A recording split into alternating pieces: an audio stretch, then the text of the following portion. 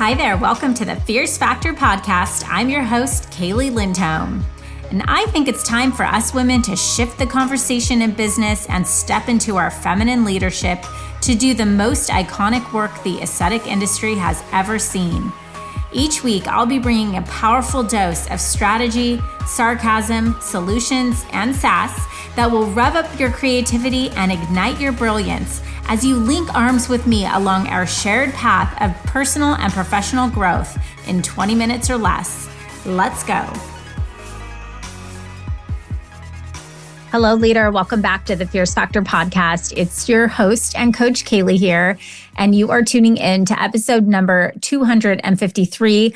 And today we're going to talk about the foremost indicator of steady, predictable growth and sustainable success in your business and life.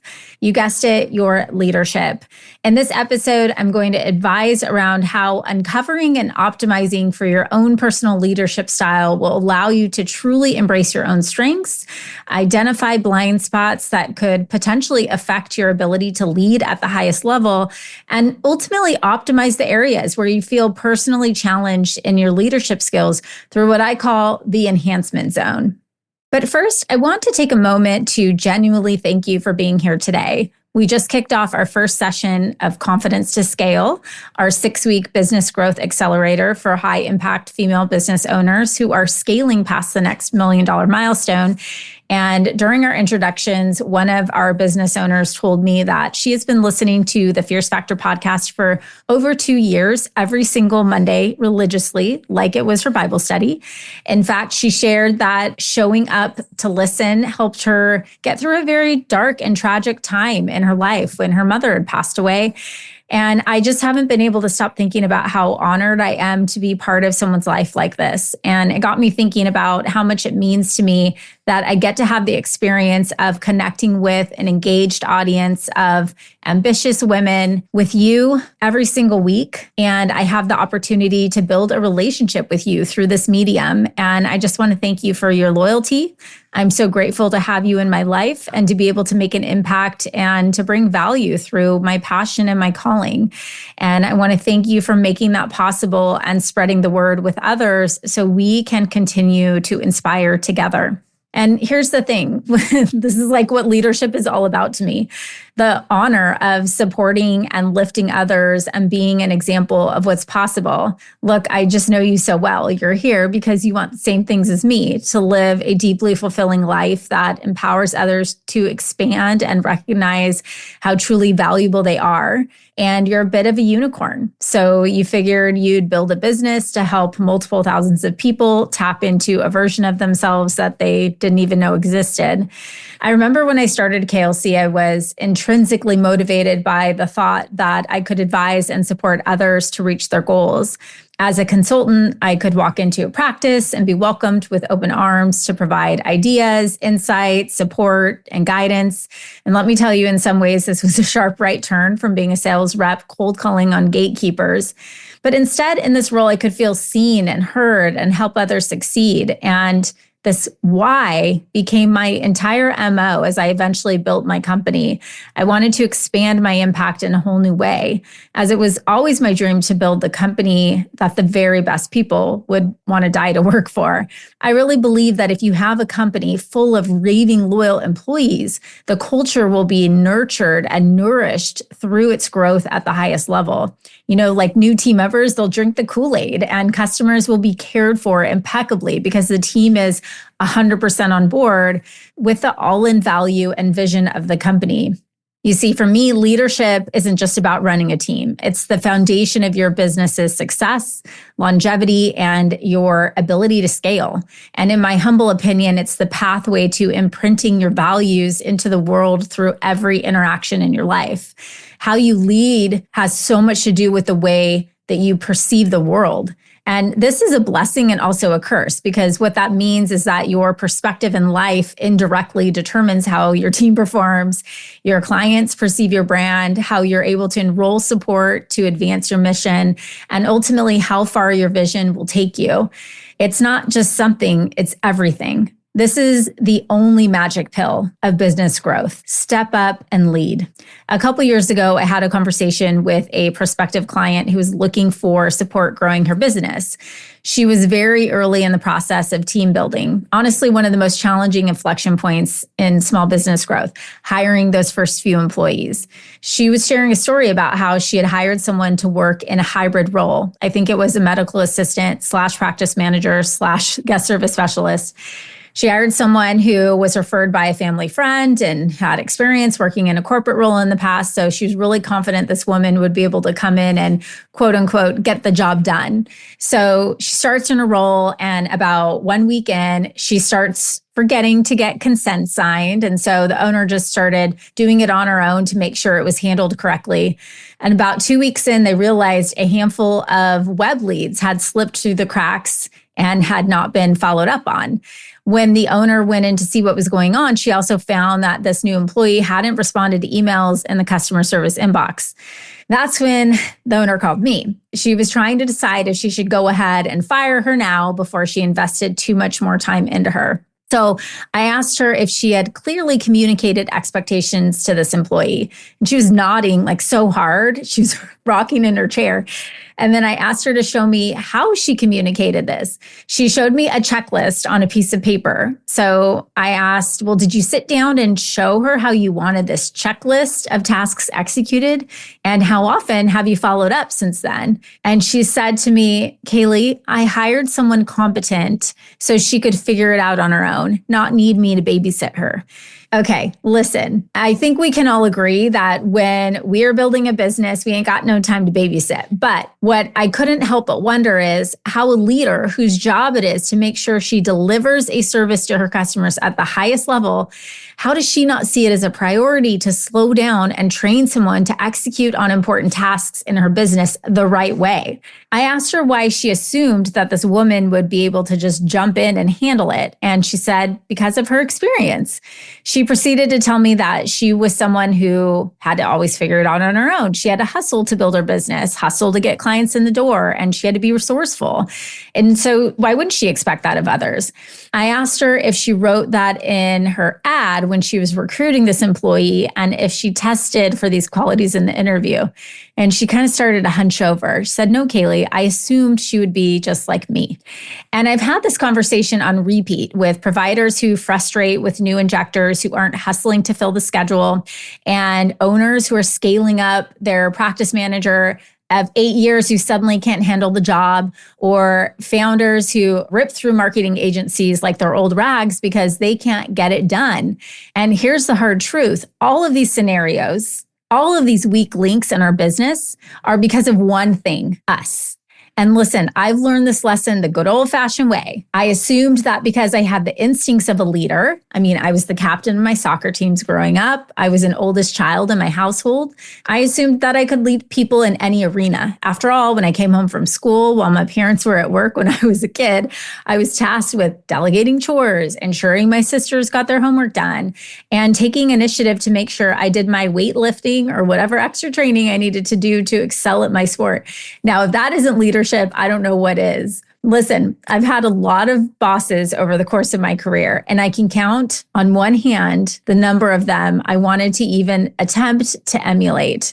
Here's the thing, great leadership is rare, and trust me, it's noticed. Am I right?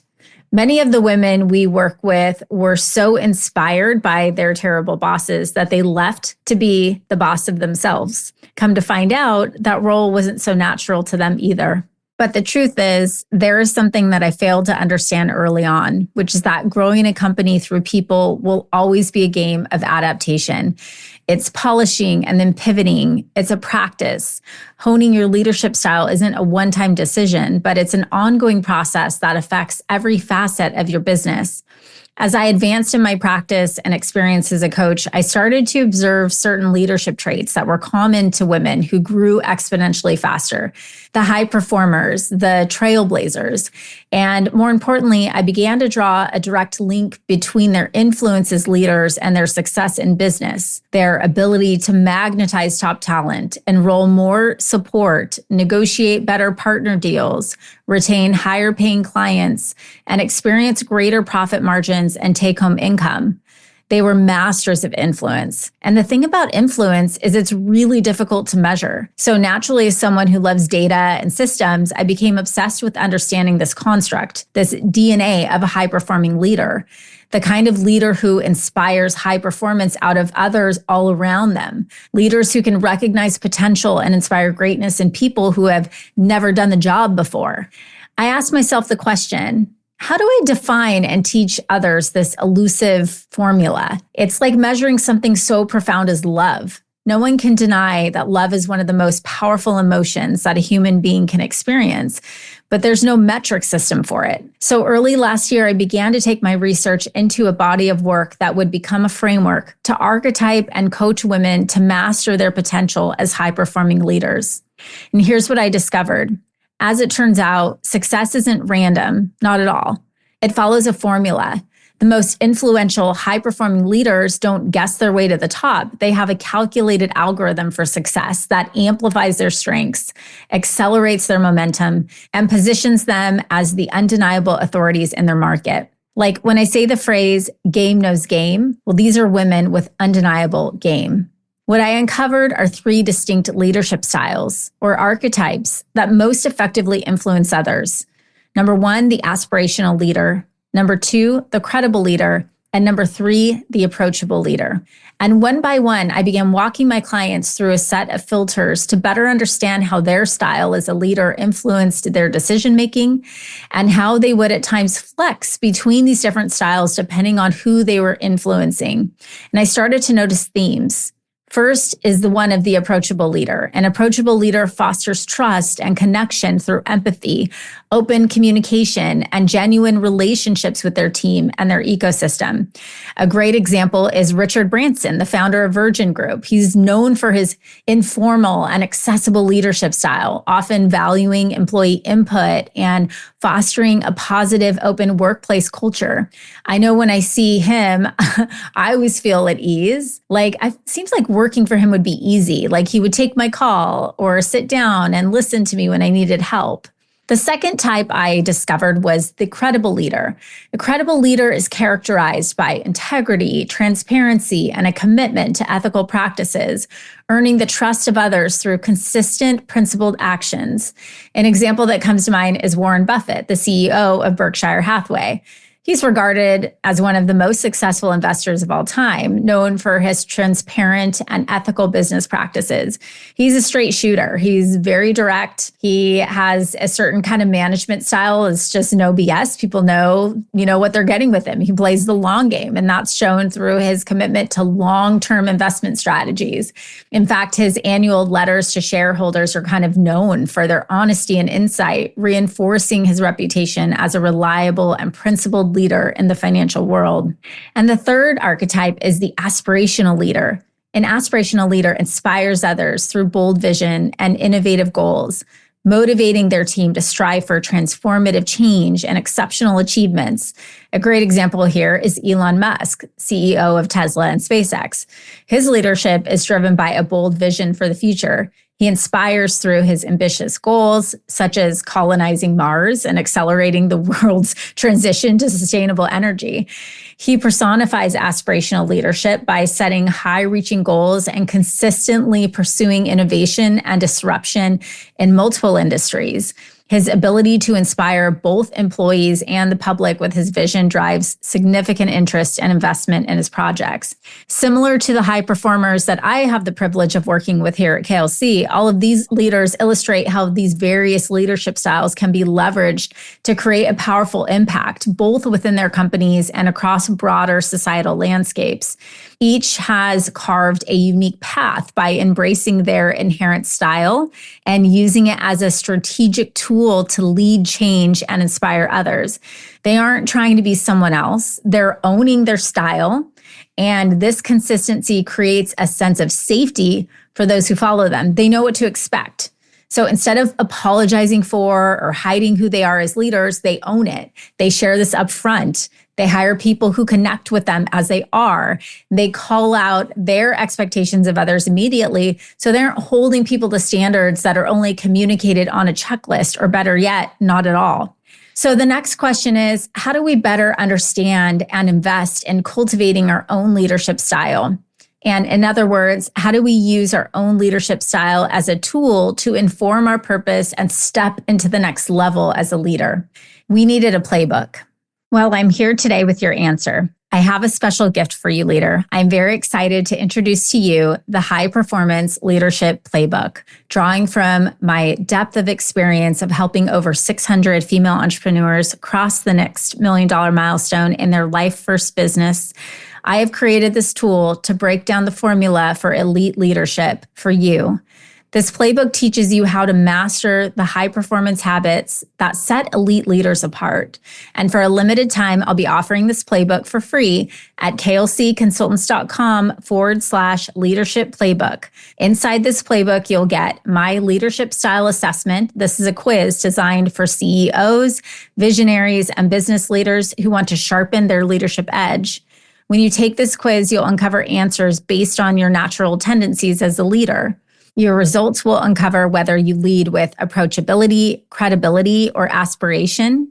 From there, you'll chart your own course to better understand your personal leadership DNA, what makes you uniquely powerful as a leader.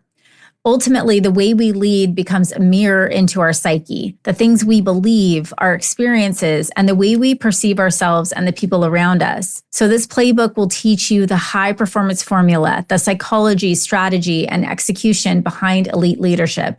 I'll teach you step by step how to ignite your leadership edge and translate it into business growth. And finally, I'll help you leverage your authority to mobilize your goals, because leadership without impact is wasted potential. In developing this playbook, I learned myself that self-awareness provides the foundation for strategic influence. In fact, here's what I learned. I'm an aspirational leader. I influence through vision. And my edge is that I ignite people's belief in what's possible, pushing the team and industry forward. I challenge the status quo, sparking industry change through bold ideas and transformative leadership. Here's what I also learned. I have a couple potential blind spots. I can struggle with execution and follow through. I sometimes risk moving too fast without stabilizing the processes, which brings me to my personal enhancement zone.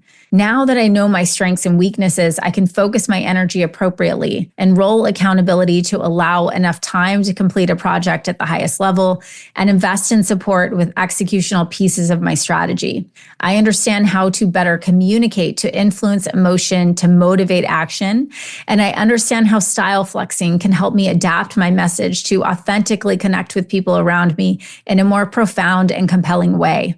There's this and so much more inside of this incredible resource. Once you recognize your style's innate strength, it's about honing in and leveraging those traits, ensuring your leadership doesn't just guide a team, but spearheads evolution and innovation. This is your route to not just manage effectively, but to shape and lead the direction of your business, goddess. So be sure to head to klcconsultants.com/leadership playbook to download my high performance leadership playbook and discover your leadership DNA quiz, what makes you uniquely powerful as a leader, the high performance formula, the psychology, strategy, and execution behind elite leadership, and finally, your success pathway, how to ignite your leadership edge and translate it into business growth. Okay, goddess, thanks so much for tuning in today. I'll chat with you same place, same time next week. Listen, leader, if you're vibing with me here, hang tight, because I have a brand new resource for you. You are a successful, confident, powerful woman who just isn't into being average. No, you have a calling, and part of that calling is requiring you to level up. And I know that if you're working to cross the next $1 million milestone in your business, you need to be in the right circles. And perhaps that's why you found us. I'd love to invite you to join The Blueprint, a weekly resource for inspired, provocative thinkers who are taking this conversation to the next level. Get access to free business tools, podcast supplements, guideposts, and direct communication with me and my expert team. And of course, a masterfully curated circle of women making big moves and disrupting the status quo in aesthetics and wellness. You can link directly through the show notes or head to klcconsultants.com/blueprint. It's time to elevate. See you there, goddess.